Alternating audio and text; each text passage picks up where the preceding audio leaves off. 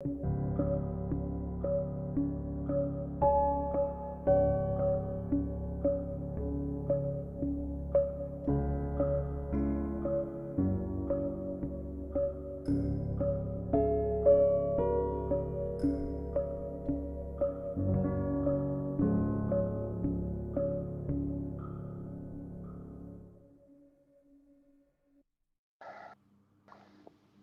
right, let's get at halftime. Meds Jans hanging out here Wednesday, midweek, halftime, talking sports. Hop in the comments on 12-ounce sports here.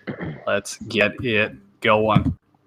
Not the janitor here. I don't know. I guess I didn't change my name yet. Whatever. It's not going to work. Zach Medeiros with us here. What's up, buddy? What's going on?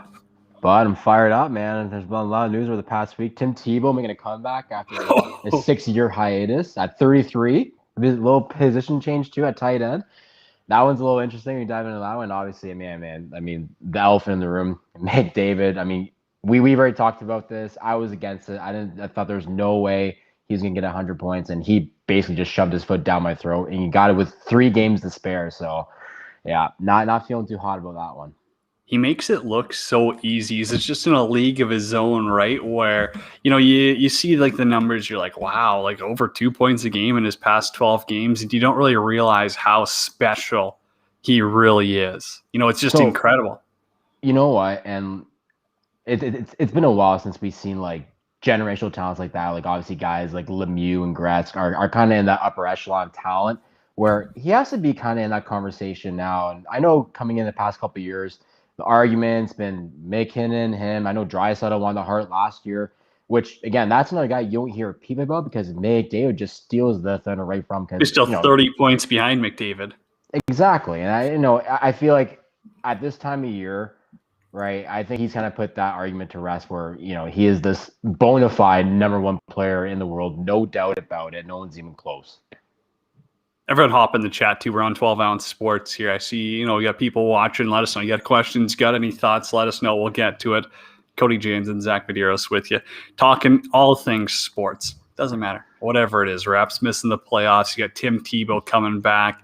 Were you surprised that, obviously he got his shot, but a straight up 1-year deal? Like, I get it. He was working out with the team, but not even like a tryout or like, maybe play preseason. I don't know. Is there 1 year, opt-outs that the team can kind of after preseason be like, we're just going to cut him. I don't know how it works in the NFL, but what's going on there? So it's similar to the CFL as well, where, he's not on the team yet, right? So basically he's going to be going to camp. So he's going to get probably every preseason game to kind of show his case. And let's be honest here. The reason why he signed in Jacksonville to begin with is because of Urban Meyer. They have a relationship dating back to Florida where Tim Tebow won 2 national titles with him, including a Heisman Trophy as well. So this is like his second or third son, right? So, of course, he's going to have him come in there. I was kind of surprised that he had him as a player. I thought, if anything, he'd have him as a coaching, as a quarterback coach, just helping out with a team, right? Quality control, something. Just keep him in the locker room, keep the boys together. Like, he has that kind of presence and aura about him where he can definitely improve your team, right? It doesn't take much. It's Tim Tebow. He's an icon, right? But to bring him in there, first of all, 6 years removed from the NFL, the league just keeps getting faster and younger. Good luck, especially in a position. He's playing tight end now. He's never played that in his life. The closest that he's ever came to that at the NFL level was when he was on upback on punt with the New York Jets. So that's the only other time he's really played any other spot onto the field other than quarterback. So it'll be very interesting to see how they utilize him in Jacksonville. How much money do you think he brings in for the team? Jersey sales, ticket sales, whatever it is. How much revenue do you think Tim Tebow himself brings in for the team? Oh, a ton. How much? Playing his college bowl. We talking 2 million plus? $1 million's easy. Yeah, I would say anywhere from like 8 to 10. Wow. Just trying to start. I don't doubt that because as we talked about last time, he's a celebrity. Look at his social media followings. Yeah. Look at the people that love Tim Tebow. Jacksonville puts out Tim Tebow jerseys, whatever you want. Yeah. They're gonna fly. Even if it's just preseason, they're gonna be selling thousands of those jerseys. I don't know what number he's gonna wear being a tight end. I know that NFL passed that rule now where basically anyone can wear whatever. They can wear wherever you want. You can wear number 1 and be a DM. You know, if there's one guy who wants number 1, it's Tim Tebow. Yeah. Oh, for sure. Yeah. Right. He's got to be number 1. Yeah. Either that or 15, because I know he was 15 basically his whole life, and that's where he's most known for anyways, right? Especially in his days at Florida. But I'm very curious to see how this pans out, honestly, just because, being 6 years removed from the NFL, it is so tough, man. And you can also attest this as an athlete too. Like I haven't played football in 2 years, and I feel like, I've kicked here and there, but I feel like if you asked me today, hey, you're gonna come into training camp or like 2 months out, man, I'm not gonna lie, I'd be a bit hesitant thinking, man, what am I gonna bring to the table? I'm clearly not the same athlete I was, 2 years ago, because I haven't kicked that often. I haven't really I've worked out and stayed in shape. But you and I both know it's not game shape. We're not up to speed yet. I'm not going to compare myself to a 25-year-old athlete. I already hit that first wave, and I'm at 30. This guy's 33 now, and he wants to play with some of the best athletes in the world at a tight end spot. Isn't it crazy to think that Tim Tebow is 33? I feel like just a couple of years ago he was winning the Heisman. It's crazy. Dude, I don't know where time's gone. That's insane. Even just Urban Meyer back at Florida again. Totally different world. Hey, switching gears though. Let's go to hockey. NHL playoffs. They are coming up. They're pretty much set except for the West. Let's take a look at the North, where you've got Edmonton, Winnipeg, and Toronto, Montreal. I mean, you can give me a breakdown, you can give me a prediction. I really don't care, but I want to know your thoughts, because I feel Edmonton, Winnipeg could be done in 4, in my opinion, and the way Montreal is playing, that could be done in 4 as well. Yeah. I hate to say this, man, because I live in an area where it's people bleed the Leafs out here, man. I absolutely despise Leafs. I live in a household where it's all Leafs, right? So I'm sticking out like a sore thumb. I'm the black sheep in this house because I'm a Flyers fan. But man, I got to hand it to them, man. This is probably the most complete team I've seen them have probably in years. I can't remember the last time that the Leafs have been this competitive for the entirety of the year. And yes, people can make the argument. The haters can say, oh, the Canadian division, the goaltending isn't the greatest. You're seeing the same opponents like Ottawa and the likes of Vancouver, 8 to 10 matchups a year. But you can really say that. But if you look at every team in every division, they all have bad teams, right? So I'm not going to hold that against them. It just, the best players, they're on their own echelon. We covered Meg McDavid a little bit earlier. I think, he would have done this even if he was playing against the other teams in the league, right? Yeah, Matthews, same thing, right? The guys like this are young. They just keep getting better and better every year. But in terms of my favorites, yeah, I mean, I like the Leafs in 4. A lot of that obviously is going to be riding on the health of guys like Gallagher. Is he going to be back in the lineup for Montreal? Carey Price. What's his situation? I know he's been back skating, but I don't know. The only thing that Montreal, I mean, they have to turn this into a grind, right? Because that's the kind of hockey that they play. They have to be able to swallow the neutral zone and play those 2-1, a low-scoring game where they just frustrate the other team. Because if it turns into a skills competition, the Leafs are going to smoke them. It's not even close, right? Yeah. The Winnipeg Edmonton series, honestly, that one's a bit of a toss-up, man. Because again, Winnipeg has a very healthy goalie and a former Vezina winner. I know you're not going to like this. I listen. I still like the Oilers in this series. I'm just saying. I'd hope so. This series could get interesting, is what I'm trying to say. You can't disregard the offensive talent Winnipeg has. Yes, they are a little bit thinned out on the back end, but if Connor Hellebuyck gets hot, man, he can steal a couple games here and make that series interesting. Couldn't you say that about Carey Price in Montreal though too? But that's the thing. But that's any team. It's if Mike Smith gets hot, the Oilers could win the cup. Is it going to happen? No. But listen. But Carey Price, we don't know what his status is going to be, though, right? Connor Hellebuyck is healthy. That's the difference. Okay, well, Jake Allen could get hot and go on a run for Montreal. What year was that? Jake Allen had a sick round or two with St. Louis. St. Louis, right? Back in the day, yeah. He had a couple of decent rounds, then he'd kind of fall off the wagon. What a backup pickup, though, for him. He's best backup in the league. I'm putting him ahead of Halak. I'd put him ahead of Hudobin. Elliott? Way better than Elliott. Way better. That's a million times better than Elliott. I'll take your word. Okay, what about the likes of a guy like, I guess he would be the star now, but a guy like Bernier when he was a backup. There is a lot of good backups in the league that you don't really think about, actually. Yeah, Bernier's good. Who's the other guy that got in Detroit right now? Oh, they got Grice from the Islanders. Oh, yeah, Grice. I guess it's Grice. Is Grice the starter? Committee. Yeah. Yeah, they're a 1-2 tandem. I always hate that too. I don't know where you sit on the fence with it, but like Carolina, that whole 1-2 punch. Yeah. I can't stand it. I don't know. I don't know how you do it as a goaltender. And I mean, I was lucky enough. I didn't play at high enough levels where I sat on the bench all the time.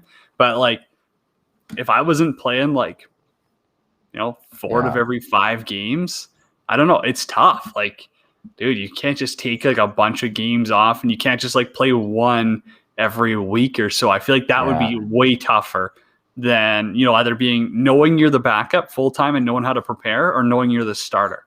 So you know, yeah, and I think you know more about this than I would, because I never played hockey at a high level, right?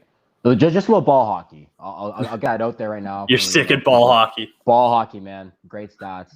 I have great stats, especially as a D-man. I think it was like 72 games at 33 points. Not bad. Not bad. First pairing guy, two-way guy. Yeah, that's the Toronto Rec Ball Hockey League.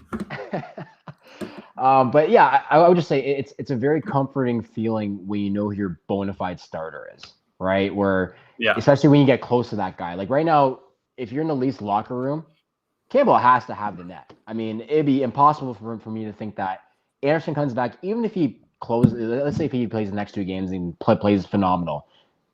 Jack Campbell is 16-2-2.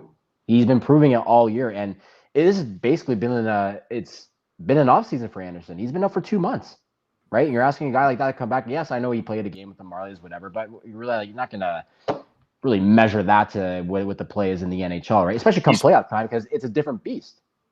I believe he's playing tonight, right, against Ottawa. Yeah. So I could see them giving him tonight. When will game 1 be for them? I don't even know the Leafs schedule right now. I feel like game 1's probably next Monday. I would say Monday, because I know Caps play Bruins Saturday, right? That's the first. So are you going to give Campbell a full week off? You chuck him in for game 1? I don't know. I feel like you might go with Freddie and you go short leash. Oh, you think so? After the year he's had? Freddie's your guy. Oh, come Freddie's on. the one you're writing big checks to. I'm not sold on Freddie Anderson in the playoffs, but I'm not sold on recent Jack Campbell. He had his stretch of games. Other than that, I don't know. Freddie's playoff success, I wouldn't really rely on that too heavily. I think he's a great goaltender, but based off of recency, he's been average. I would say he's letting some back-breaking goals for the Leafs over the years. And at this point in time, listen, for the amount of time he's been off, his absence, Jack Campbell is kind of taking over in the franchise where we all know every Canadian market, they're breathing down your throat. And listen, I'm not saying Campbell's I'm not comparing him. I'm not trying to make him out to be this Patrick Waugh caliber of goalie. But if you're the Leafs right now, you kind of have to ride the hot hand, right? Because you haven't won a playoff series since when, 03 or 04? It's been a long time. So it can change in a hurry. Let's just say if you throw in Anderson, he has 2 very bad games. All of a sudden, you're down 2-0 to Montreal. All the ball's in their court now, and it's like, oh, we should have stuck with Campbell. He's had the better year. He's 16-2-2. At that point, it might be too late. So I don't really listen. They know better than me. The management, obviously, they know better than us. But I just think based off of this year, Campbell's looked a lot better. Even with Riddick in there at times, Campbell he's been one of the best goalies in the league this year. I mean, I just gotta call it what it is.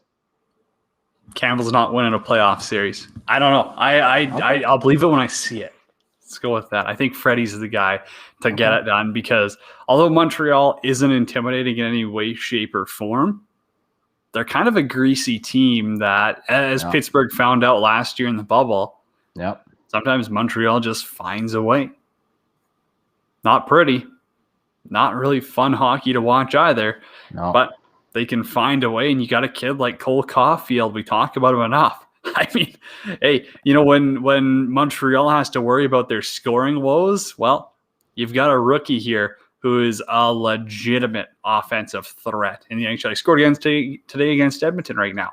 I mean, you're also getting Gallagher back too. That's not going to hurt you. Yeah. He's a 30-goal guy. Yeah. No, it'll be interesting. But again, I see Toronto. You think Friday goes to the guys? Are you telling me? I want to say 5. I want to say Toronto in 5. But my gut, my heart, which is the one? My brain? I don't know. I'm thinking it's going, my gut's telling me 6, whatever it is. The smart part of me is telling me 6. The part that wants to be bold is telling me 5 for the Leafs. Oof, yeah, that's again, but this is all riding on a lot of health issues, man. Like that's the thing. Like we don't really know the stats of Carey Price. That's a huge player to find out what his health is like. Because that you know what, you got a guy like Carey Price. Listen, Flyers last year, Canadians took them to 6. They didn't belong in that series, in all honesty, without Price. And same thing with the Penn series, without Price. So that's the thing. If he's not healthy enough to go, Leafs should win in 4, in my opinion. How much weight do you put on the bubble from last year? Because I know up here in Edmonton, the Oilers sucked. They were terrible. They were brutal. They lose out. And everyone here goes, oh, don't put any weight into it. Everyone I talk to says, don't put any weight into it. You have to put something into it, though, right? I get it. It's weird. They didn't have their preparation. No one was, fully ready for the bubble. No one knew what to expect. The hockey was weird. First time playing without fans and, ages for these guys. But there has to be something that you can take away from the bubble, no? Yeah, I mean, honestly, I think it's if you want to make sure you have guaranteed hockey from here on out, bubble's the best way to go, right? Especially with the role of vaccines. I don't know who's all been vaccinated. I'm not sure. Do you know that stat? Has everyone been vaccinated in the NHL, or is it? I'm not really I think sure. Canadian teams, they're kind of just eligible now, and it's a let them go as they want. A lot of the American teams have got their second doses, so they're loosening restrictions for them. Right. I think Vegas's barn's going to like 75 or 100% in playoffs. Pittsburgh's going up to 50. Nashville was rocking the other night. Canada is so far behind. It's just. I realized though is that you look at like the younger crop of like players on each team, and I think it kind of affected them more, especially last year in the bubble too, right? Where if you're a seasoned vet, you know what it takes to win, especially if you're a guy who's been in the playoffs. You made those deep pushes towards the cup, and they kind of get that. But you look at a team like Edmonton, who's still relatively young. Like I know some guys have been to the playoffs, but that kind of affected them last year. And you noticed that where they went up against a team like the Blackhawks, where you have the Canes of the world and Jonathan Toews and Duncan Keith, right? Crawford, like guys like this, who they've won 3 cups, so they understood what it took to win year in and year out. So guys like that, I don't think it really affected them too much. Where guys like McDavid and Darnell Nurse and Leon Draisaitl, as gifted as these guys are, it's a very weird element and environment for them to be in. Even though it was home ice for them, there's also no fans in the rink, so it is kind of hard to adapt to that. But again, every team has to do it, so I'm not trying to make that out to be an excuse. It's just I think for the younger core guys in the NHL, it was a bit hard to make that adjustment. You're a goalie guy too. How much do you love Corey Crawford? You can't hate the guy. He's like the most non-hateable guy ever. The goalies that Chicago won cups with is incredible. From your Antti Niemis to Corey Crawford's, like just it's mind-boggling to say the least. They were never these highly touted goaltenders. They were never in Vezina conversations, I don't believe. It was just they got it done when it mattered. That's what I loved about Corey Crawford. He goes into the bubble last year against Edmonton, and hey, everyone knows Edmonton can score in bunches, so you're going to have some 860 games as a goaltender facing them. But again, when they needed him to come up clutch, Crow was there. And that's the big thing too, right? Especially going to like these like playoff series, and that's why I think, again, going back to Montreal, people are kind of like, well, I think the Leafs should beat them in 4 and 5, but a lot of them are still like, hold on, let's hit the pause button a little bit because I want to know the status of Carey Price, because a guy like that, arguably still one of the top 3 goalies in the world, can just hop into a playoff series, flip the switch, and then turn into his, like a shell of his Vezina caliber self, right? And you can only say about a handful of goalies in the league, and Corey Crawford at the time being one of them, right? Where the best players in the world and Connor McDavid and Leon Draisaitl, but at the same time, you think it should be a walk in the park last year, but again, a guy like Crawford, I think he's very underrated. Not enough people talk about him. Can just walk into a series, steal it, and then move on to the next round. And it's like, well, how do we forget about this guy? Right? Yeah, it sucked. I mean, he had health issues this year. It kind of forced him to call it quits, but he was just one of those underrated goaltenders too. You said got it done when it mattered. For the Oilers, let's talk about them a little bit. I'm up here in Edmonton. Mike Smith. You confident with him in playoffs? Are you a little worried he's going to pull a performance like the bubble? And, if he can't put it together, you're going to Mikko Koskinen, who not your most comfortable of shoes to walk in. No. And you, again, like being around goaltenders, a guy like for me from Mike Smith, I thought over his career, I think he's a solid goalie, especially at 39, man. At the way he's playing right now, let's just get that out of the way. Bravo, because you're not going to see too many 39-year-olds playing. He's got to be a Vezina candidate with the way the year's gone. He's just stolen games for the Oilers, right? And I just think right now, with where they're at, he has to continue his play. But again, he is very hot and cold, in my opinion. I also don't think he's exactly. I don't think he's played this well since Arizona was like. 2013, 2014. Exactly, when they went to the conference final. Like, I can't remember the last time he's played this well for this long. So hopefully he can carry that over. I don't know why I'm like this, but I always wait for him to kind of slip up. I'm like, hey, there's no way Mike Smith is going to continue this play with the way he's going. Like, I expect him to have 2 or 3 games here and there where he's lights out, and then I expect then the next 5 to just be, okay, there he is. That's a guy I was kind of looking for. But man, I don't know what he's done this year. He's really cleaned up his game. Like, whatever off-season work he's been doing just throughout the year, just keeping level-headed and just keeping that even keel line, especially now with the world that we live in, man. He's brought it. Do you think the Winnipeg Jets are better with Pierre-Luc Dubois than Patrick Laine? 100%. It's not even close. Think so? Think they don't miss that goal scoring a little bit? I take it. The small detail stuff that Pierre-Luc Dubois brings to the lineup compared to Patrick Laine. I know the guy's an elite goal scorer. I'd rather take Dubois any day of the week. An elite. Did you see Laine's comments was it yesterday or whatever? He basically said he just hates hockey. Like, he just said he had no fun this year. Yeah, man, it's like, what a weird. Honestly, I don't know how to go word for him, because he makes some plays like that goal a little while ago. I forget who was against, where he just went coast to coast. And he just made it look effortless. And I actually never thought he was that quick, but he was like deceptively quick, where he ran around everybody. But again, he made it look effortless, and he's like, you know what, I'm just going to choose to do this today just because everyone probably thinks I can't. But like, he made it just look so easy. And I'm like, why can't we get that same player every night? And then there's other games where, he might be a healthy scratch because he's not playing up to the, style that Torts wants him to, right? That's the way you have to play a certain, to like a certain standard and style that Torts wants you to be able to stay in his lineup. And it doesn't matter if you're a first line player, a superstar, or if you're a fourth line role player. He expects excellence out of everyone in that lineup, right? So a guy like Patrick Laine, you're not going to make any exception for him and listen, he hasn't. I'm happy he's done it because he hasn't looked great since that move. Do you think part of the reason Tortorella is not in Columbus anymore is because of how hard he was on Patrick Laine, who's a Finn, who's got a good connection to Jarmo Kekalainen? And I mean, hey, if you offend his little boy, I don't know. I feel like that plays a big part in this, where, Kekalainen brings in a Finn, wants a Finn to be the star of his team, and Torch shuts it down real quick. I don't know if I want to fixate too much on that. I think maybe it's like a small slither, if anything. I just think, listen, he's been there for 6 years now. I just think over time, and he's done a good job, right? Overall, his coaching style, and like we all know how he is. He's a very hard-nosed, old-school coach. I just think his style of player doesn't really exist anymore. And like the last, fleeting player on his team was the guy like Nick Foligno, and now he's gone, right? So now you take a guy like that line. They don't really have that many style players that Torts wants in his lineup, to be honest with you. Like, I feel like half the team's been scratched. Look at Max Domi right now.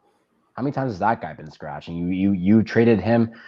I forget how that trade package went, who they get for him. Josh Anderson. Like, Jesus, like, are you kidding me? Yeah.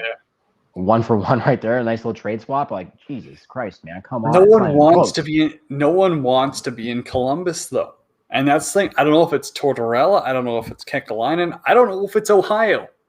But no one wants to be there. They'll never build a successful team. It's just there's something in the water. It's Hartford 2.0.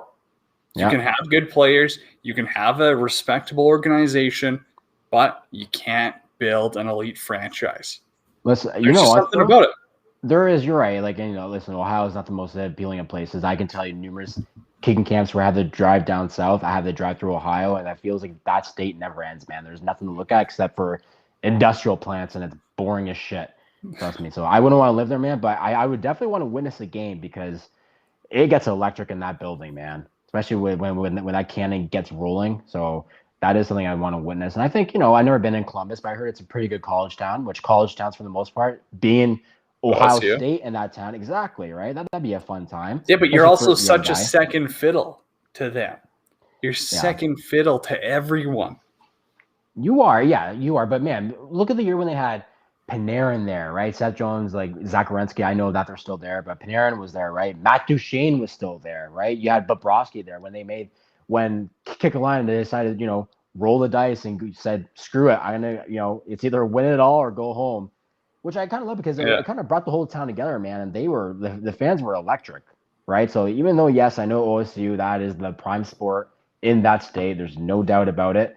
Columbus, I mean, everyone still knows who you are, man. I mean, as long as the Blue Jackets are doing well and staying, competent and relative in that city, people will care.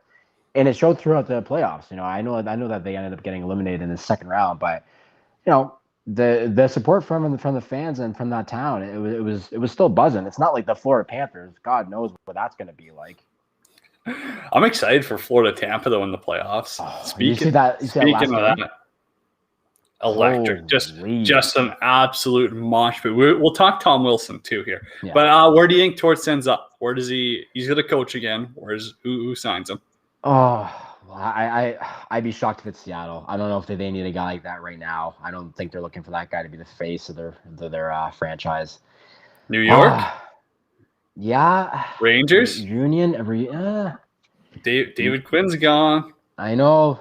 Yeah, Armstrong got rid of them. Could the kids handle it though? Could Lafreniere, could Canco, could Fox handle a coach who's hard on them? Adam Fox is a crybaby who's cried his way out of multiple teams already. Lafreniere is a French kid. Say what you want. They don't get treated as hard. It's just, kind of how they are. It's a more skilled area. It is what it is. And Capo Canco's a European. Could they handle it? Are we ready to call that kid a bust yet or what? I don't know. He doesn't look that good. But like Nolan Patrick out here, man. Come on. I don't know. Maybe take Patrick over him. Yeah, but seriously. I just don't think they could handle his style of coaching. No. I don't think the Russians in net could take him because Torts isn't afraid to call someone out. If you got a bad game, he's going to let you know about it. And see, that's why it's so hard for me to answer because you look at the league now today, like Torts back, when he won the cup with Tampa Bay, his style of coaching, like he was arguably the best coach in the league. Granted, he had a very good team. Like he had some Hall of Fame caliber players on that team, and Dave Andrechuk and Martin St. Louis, Calvé, just to name a few, obviously. Well, yeah, exactly. Brad Richards, like Nikolai Havabulin. I knew you were going to say that. You're going to drop a goalie's name in there. Chris Dingman. Jesus. What a team. Yeah. Daryl Sador. Yeah, the list goes on and on. Being a kid who did enjoy Mika Kiprusoff, that's probably my most heartbreaking sports moment. Yeah. I just love Kiprusoff, and I thought, like, wow, this guy needs a cup. I mean, he was unreal. You know what? Yeah, I know. Here's what I'm thinking, actually. Like, I don't know why they just kind of popped off in my head, but I'm thinking a team like Montreal. Could they use a guy like Torts? I know he's not French, and I know that market doesn't speak French. Who cares, man? Seriously? They're the worst. Did you see? Oh, I tweeted it out earlier. I'll go find it. Like, it's just, I mean, give me your thoughts on that while I look for it, but I think it's the stupidest thing ever. I know the French media. It's so dumb because, yes, you have to be able to talk to French media. Get a translator. Honestly, you're going to turn down, let's just say it was like a perfect fit. This guy would, help resolve a lot of Montreal's issues, and you're not going to hire him just because he can't speak French. He can learn that as he goes. What if he learns enough to get by like halfway through the year, like 6 months? Buy some Rosetta Stone. Let's get it going. You know what I mean? Okay. Come on, it's ridiculous. Yeah. So here's the thing from the premier of Quebec, Legault, whatever. The farthest thing from a politics person here. But he said the Habs need to try harder to get Quebecers on their team. And here was a quote. He said, maybe one day if we had the Nordiques, there would be some competition to see who can get the most Quebec players. What a self-centered loser province. I mean, I'm sorry, you know, if you like the Als or whatnot, but like, bro, what could you Brutal. imagine if the Oilers said, hey, we want our team to be 50% Albertans? Makes no sense. Like, you just put the best team on the ice. Exactly. The best player available, that's it. And you already have a guy like Philip Deneau, Jonathan Drouin. These guys are French. Like, what else do you want? We want more Quebecers. You know, it's a joke. It's the whole coach. It's the whole, we want our captains. We want this and that. And I don't know. They just want everything. Yeah. Take NHL equalization payments. Yeah. Your boy, Kaden Primo, son of Keith Primo. I'm not sure if he's actually French, but that is a French last name. And you can kind of spin that off. You can say he's French. So right there, you got 3 players. But the point is that who the hell cares? You know, yes, I understand. Their premier. So stupid, man. And I I don't doubt that there's a lot of great French coaches out there. That's not what I'm trying to say. But why does every head coach need to be French? Why can't the head coach just be whatever? And if you want an assistant who wants to be French, have him speak to the French media. Who wants to be French? Exactly. That's what I mean, though, right? But like, if that's what it comes down to, you know, if you have a great opportunity to sign a guy that you want, like, you know, a guy like Gerard Gallant. I think he actually is French though, so maybe that's a bad example. Yeah. But someone of that caliber, right, where it's like, hey, like this guy's out there, we need to get him, like a Quenneville like kind of coach. You're gonna pass up on him only because he can't speak a language? Seriously? Just get a guy like a French guy. Seriously, any French guy, any guy who can coach right at the NHL level. Get him as an assistant. He can appease the French media, and the other guy can deal with the rest. I don't understand that. That is honestly, I shake my head whenever people talk about that because it makes no sense. I think it's Chris Nealon who went on Spittin' Chicklets here this week, and he was talking about, and he just said it's kind of just, it's stupid how the Habs really they shallow their pool of coaches to pick from. They recycle them, bro. Yeah, it's, I don't know. It's just, it's not worth it at this point where it's like, hey, are we just going to be this all French team in the NHL that is going to get waxed every year because Quebec hockey is going downhill so quick? Or are we going to be a competitive NHL that runs like a business? You know, it's not the 1970s or 80s anymore. You know, there's more than 6 teams in the league. There's more competition. Montreal is not the epicenter of NHL hockey. Games have changed. Montreal doesn't want to adjust with it. Whatever. The Quebecers can take their losses, and they're going to be done. It honestly blows my mind how they haven't realized that they haven't been relevant in such a long time. And honestly, it doesn't make sense how they and you know what? I don't doubt that they probably passed up on a lot of great coaches where their system would probably fit very well with the Canadians. And instead they say, oh, well, you know, Claude Julien's still out there. You know, he had a stint with the Canadians a little while ago. We'll bring him back in. It's like, why? You've already been there, done that. It clearly didn't work the first time. You're really going to try it again?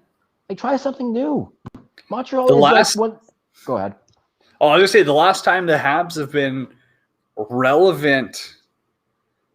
Okay, they lost to the Bruins there. 2010? 2011? Yeah, that like back then they lost to the Bruins. But like really relevant was the Yaroslav Halak performances against Washington.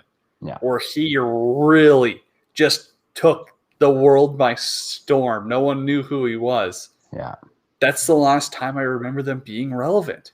Yeah. Or I guess when PK was laying the world on fire. Yeah, Jose Theodore won the Hart. Yeah. Remember that? Yeah, Jose Theodore. That's what I'm thinking of. I'm like, okay, Jose, you got Halak. You know, Price was good in that series against Boston, but I mean, they still lose Game 7 overtime. Dan Luiz was one scoring clutch goals from at that time, if you can believe it. Dale Luiz. Oh, Dale. My God, sorry. Dale. Swift Current Dale boy. Dan. Former Swift Current Bronco. There we go. He's former Flyer too. How do I not know his first name? What the hell is wrong with me?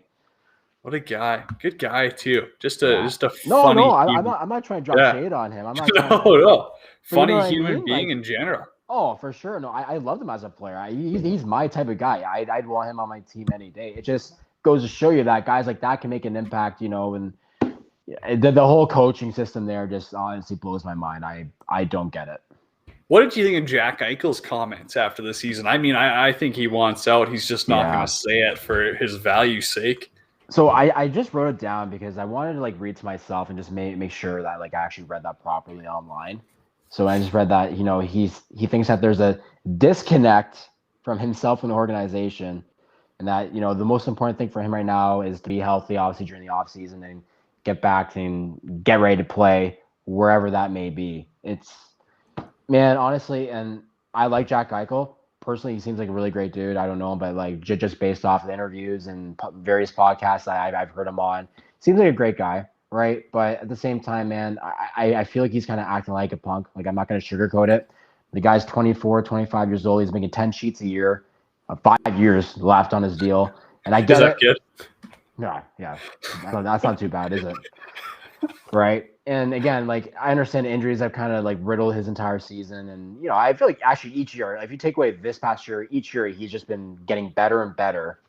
Right. But at the same time, man, it's like, if you don't want to be here, then I wouldn't want you there. If I'm Kevin Adams going forward, I don't want him there. I'm not going to try, I listen to these analysts saying, oh, like, you need to try and get him to stay. There's no need to shop him. Like, who else do you have? It's like, you know what? Like, screw it. At the end of the day, I want players who want to be here. I'm not going to force someone to stay when they want out. It's the same thing, similar to kind of with Taylor Hall. If you don't want to be here, don't be here. Simple as that. And we can shop you around. We can wait till you're healthy, right? And once, you know what, and even if that means you come back to the Sabres and play the first 10, 15 games to kind of showcase yourself and show that you are still that star player in the league, then I'll trade you for assets and a few core members from other teams, right? But if I'm him, man, I'm sorry. Like, I don't feel bad for the guy. Like, you're playing a game making $10 million a year. Like, take that in for a second, and you're complaining because your team hasn't made the playoffs yet.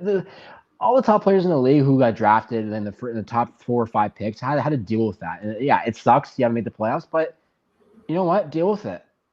Too bad. I think that's a big thing you brought up where, Connor McDavid went through the dog days in Edmonton. He didn't complain his way out. Speaking of complaining their way out, Adam Fox, another shot, does not deserve the Norris because he's just complained his way out of every situation. Yeah.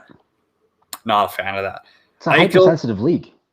Oh, it is. And that's just, you give these kids all the power. You give them the tools to cancel themselves out of teams.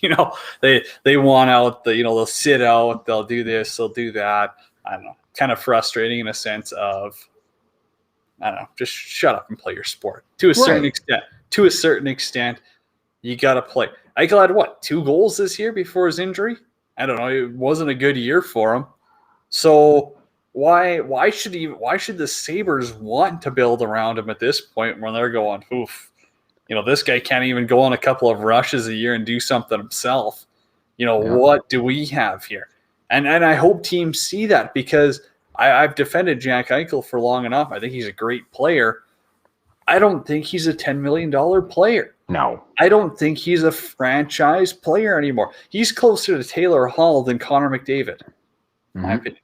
I agree with that. Oh, he's pulled away. There's no doubt. I remember when that conversation. Like I'm just being like number one star player. Like, he's closer to a Taylor Hall than. I'm just drawing blanks right now. This is bad. Than a Barkov. Yeah.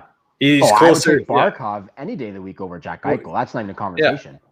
Well, no, that's what I'm saying is he's closer to being a Taylor Hall than a Barkov. Yeah, I gotcha.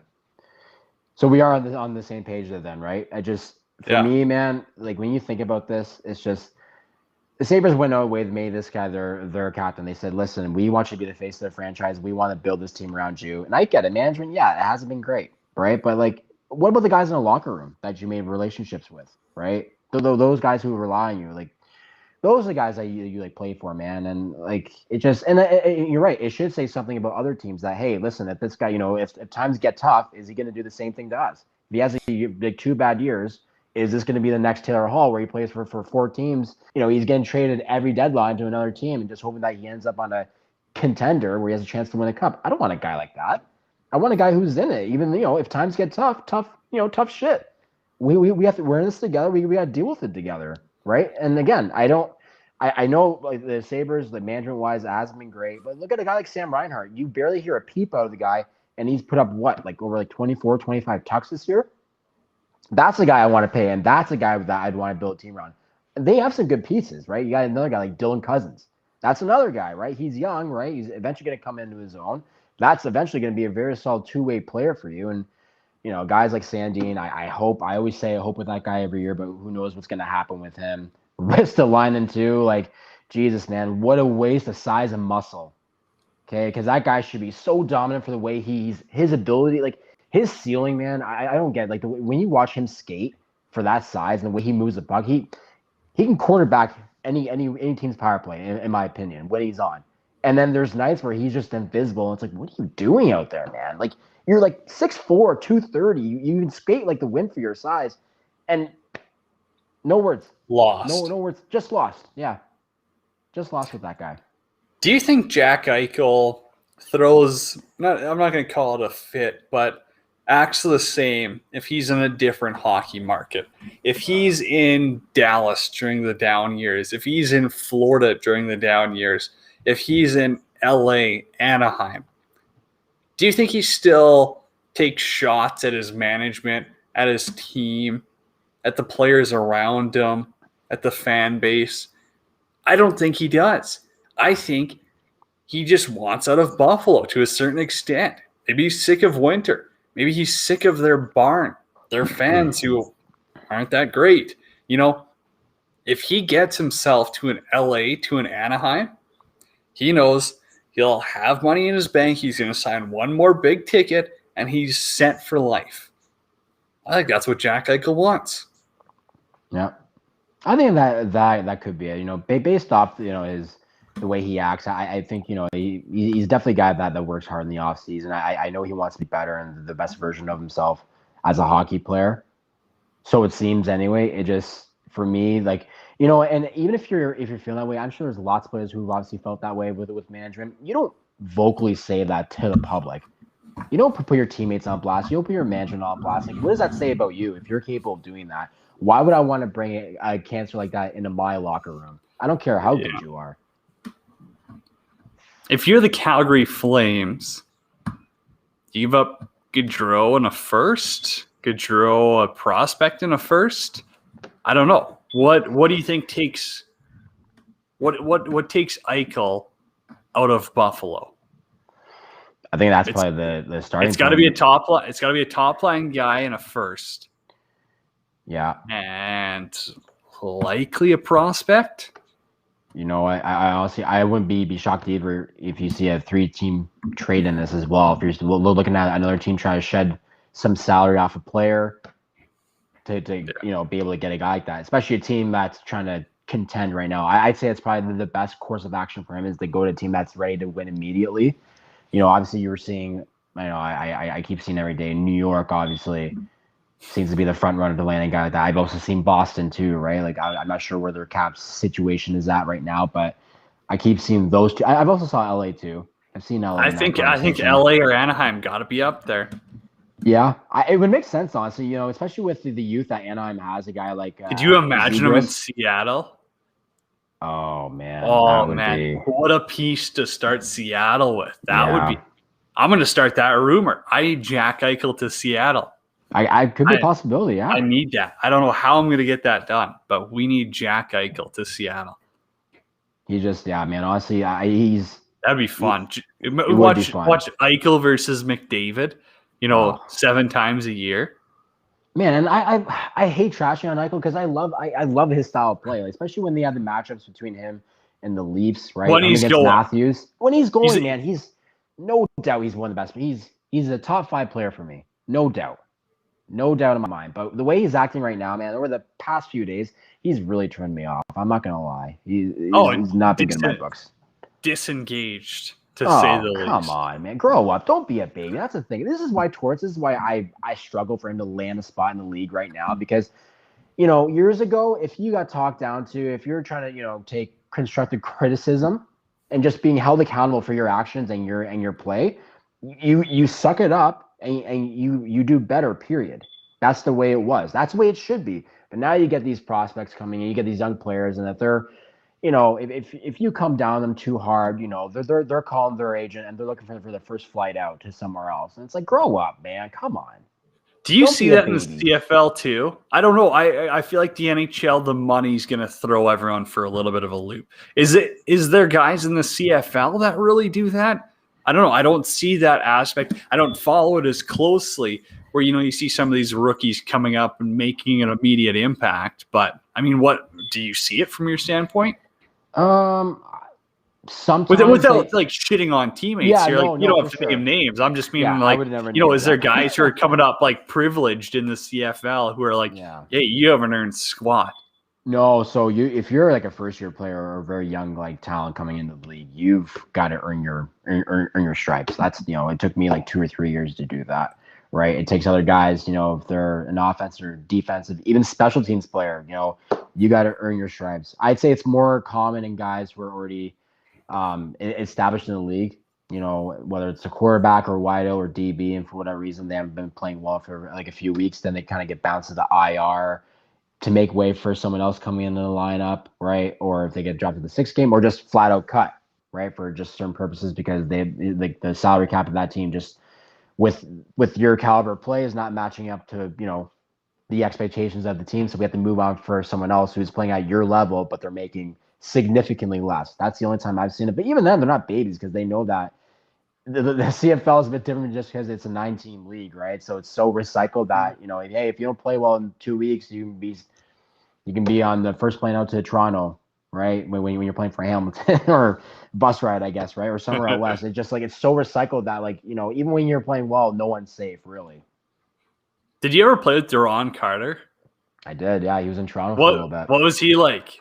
I want to know, what was he like? He's one of the more colorful people in the league. Yeah, he's the type of guy who thinks that the Earth is flat. Like just keep it that way. He's Kyrie. But no, I think at that point he knew he was kind of running out of lives.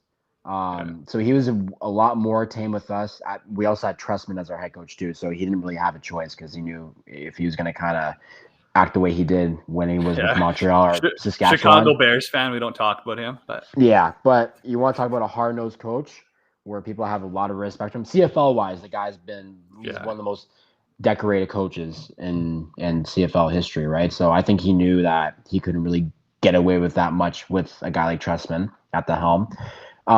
Man, it sucks because there was one time, and listen, it was still Duron Carter, even though he kind of cleaned up his act. It was still the Duron Carter old in terms of just laziness with certain things. Like I remember the one time where we had to practice, he forgot to bring his helmet with him, so one of our members from the training staff had to go back, and we used to practice. We used to have to walk to our practice field from BMO to Lamport Stadium, which is like a 15-minute walk.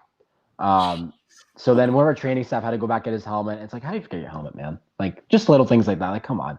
But you watched him craft on the field, man. Like his athletic ability was probably one of the best I've ever seen. But he's one of those guys where he makes it look so easy, and I'm like, damn, like this guy's like hardly trying, and he's like one of our best players. Like imagine if he was 100 every single day and giving it his all. But like that's not him. Was he just chirping guys nonstop? Because that's what I picture him. You see all like the mic'd up and everything. Like he never stopped talking, eh? Dude, always. But I feel that he feeds off that though, man. Like he feeds off. Some guys do. Some guys do. And like even being against him, like I'm like I can't stand this guy. And I remember one time someone gave me the gears on like a kickoff or something like that. And then I took a heavy hit trying to tackle a guy, but he was the first one to have my back. I will say that I can't really say like speak on other teams, but for our team, for the guys he had, like he always had my back. So like I loved him in that regard. Like he always has teammates' backs, but at the same time he could also get in, start fights. It could happen at any moment, right? Where he just flip the switch. You never knew if he's gonna have your back or if he's gonna fight someone on your team. He seemed like a no filter guy, so I had to ask about him. You kind of brought up Trestman though. I was going to ask, like, who's the hardest coach you ever played for? Who's the known hard ass coach in the CFL? Like, it can't be like Chris Jones. Like who? Well, he was probably gonna be my first pick. He'd be up there for sure. Oh, dude, no way. Yeah. Chris Jones.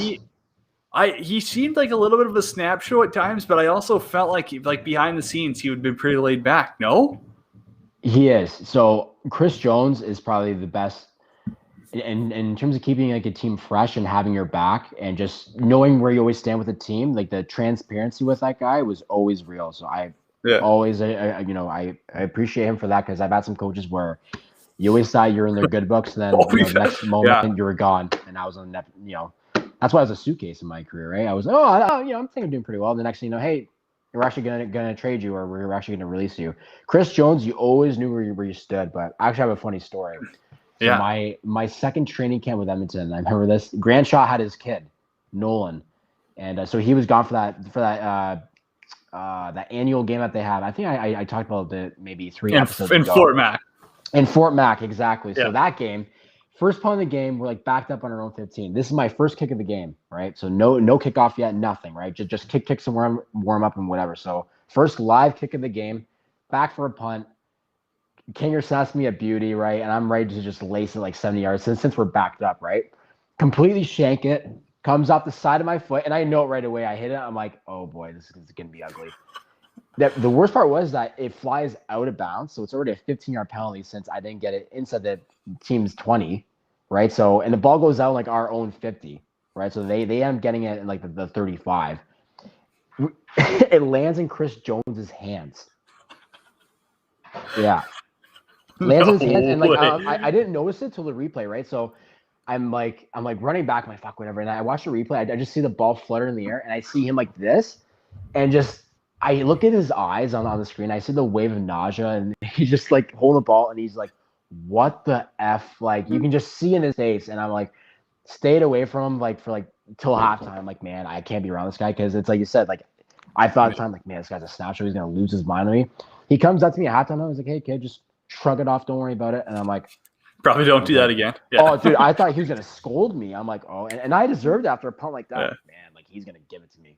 But no, I'd say Trestman's up there. I would say Jones. I loved him, but he's kind of like Torts in a way. Like, he expects greatness all the time, which I like. And again, he holds everyone accountable. It doesn't matter if you're Mike Riley or if you're Zach Medeiros, like a training camp body at the time, right? He's gonna treat everyone the exact same way, which I loved about him. Okay, now I'm a big receiver guy. What was like? Is it S.J. Green? Oh yeah. That guy was a show and a half, wasn't he? I don't know if he's still around the league or not. I haven't seen CFL football, and geez, it feels like a million years. It's been 2, but like, what was he like to play against? Because like, dude, it felt like every game he was doing something spectacular. Yeah. So my time around him was short lived, but just obviously I played against him for a very long time. But when I went to the Argos, I tell people this all the time. He's the best CFL player I've ever been around. The best guy, like, skill-wise, personality, leadership-wise too. Like, you would never hear a peep out of him on the field. Nothing. Didn't trash talk. Business-like. Yeah, business-like. So much swagger, though, the way he played, man. You'll never see anyone with that much swagger. The way he blocked, the way he caught. Man, he caught everything. I can literally say this, I've never seen him drop a pass. Ever. Yeah. Like, one that was in his catch radius, never. And even if it was a bit too high, like, I knew he was going to come down with it every time. If I was in field goal range, I'm like, just throw it to 19. Dude, it was insane. He made some catches where I'm like, I'm like, people are like, how the heck did he make that catch? I'm like, man, it's SJ. I just expect it. Honestly, over time, you're just like, he's going to make that catch. He's going to come down with it. I still think his diving catch in the end zone at Mosaic, where he's spread out like flatter than flat, is the best football catch of all time. It is better than OBJ. It is better. Oh man, who just had that ridiculous like one finger catch the other? Oh man, I forget who it is, but it's the most impressive one. I don't know if you haven't seen it. Like, I mean, if someone hasn't seen it, go on YouTube and look it up. But like, dude, this guy was next level athletic. So you have to look up 2018 when we played in Calgary, I believe. And he made this catch where it was a bit overthrown. Like, Mac overthrew him a little bit where he was trying to go back shoulder. And the way that and I think there's like 2 guys on SJ, and he just kind of rotated back, stuck his hand out like this, just like, and man, honestly, it was just like that, like that big league chew, just like on his hand, just like stuck in the palm of his hand. And like, he didn't bobble or anything. It literally just like stuck, and he cradled it in one hand and went down the ground. The ball didn't move around, full possession. And it was right by the sign. Like, I had a bird's eye view. Like, I was right there by the kicking net, and I witnessed the whole thing. And I'm like, I'm literally witnessing greatness right now. Like, not too many guys can make this catch, even at like any level, NFL, CFL, whatever level. Like, I'm like, man, I was grateful to be playing around a guy like SJ. Yeah. Wow. Perfect guy to ask. But I was like, if there's one guy or 2 guys, I guess, let's go with Duron Cotter and SJ Green. Those are 2 guys that really stand out. Huge news out of the CFL, though. I mean, AA football team losing over $7 million in 2020. That's going to hurt the bank account a little bit. I don't know what the other teams are looking like, but again, the talks already of them saying like, well, we're going to have to figure out a new plan if we don't play this year. Like, from your perspective, and you talk to guys on a daily basis, I'm sure, like, training camp, are they being told to, like, hey, you got training camp in a month? Or I don't know. I want to know. I want to know, like, were they being too optimistic? I feel like they were. But again, if, it comes down to, hey, we can only have an 8 or 6 game season, are they even going to do it? Yeah. I don't know. I don't know. I don't see it. Listen, I've been wrong about a lot of things on this podcast recently with McDavid. Man, there's no shot I'm wrong about this. Listen, I want to be super optimistic and hope that there is this season. But since that statement, listen, anyone can just make a statement, but there has to be like a course of action in place. There has to be a plan put in place for it to happen, right? You can just say, oh yeah, we're going to be back on August 5th, but we need X, Y, and Z to go right for us to make that work, which financially you don't have. With the health ministry, probably not going to happen. I just saw an article the other day, actually read on Rod Peterson's website, where BC wasn't even on board with that idea. And they said all like 9 markets gave them kind of the green light to go, and BC said, no, we didn't. We weren't okay with that. Maybe the other 8 teams were, but we weren't. So I don't see, man. The only team I see financially so stable at this point is probably the Rough Riders, because they've always been financially stable and they've been supporting other teams in the league. Other than them, maybe if the MLSE is planning to give the Argos some financial stability, I don't think anyone's safe, man. Here's my take, and we only got a minute left here. But I think the CFL doesn't want to play this year. They're going to pretend like they do. They're not going to play, and it's going to give them extra time to negotiate with the XFL, and they're going to come out with a deal. That's what it is. I would put money on it right now. I mean, I'm sorry to say, I'd love to watch CFL as much as the next person. I love watching a good Saskatchewan-Winnipeg game more than anyone else. Nice little Banjo Bowl. Yeah.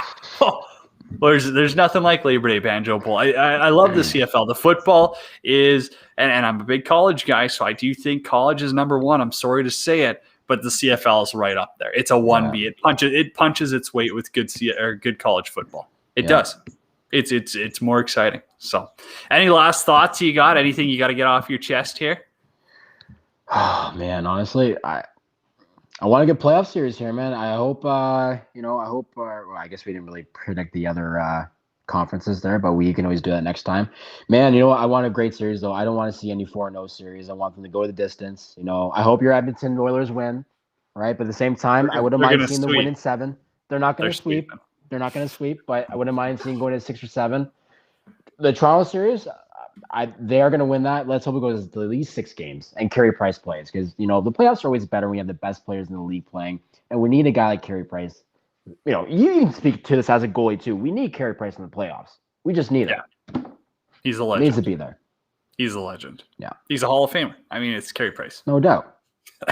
There's nothing else to it. Alrighty, that's it. Halftime. Meds, Jan, Zach Medeiros, Cody Jansen. Till next week, everyone. Enjoy playoff hockey. All right.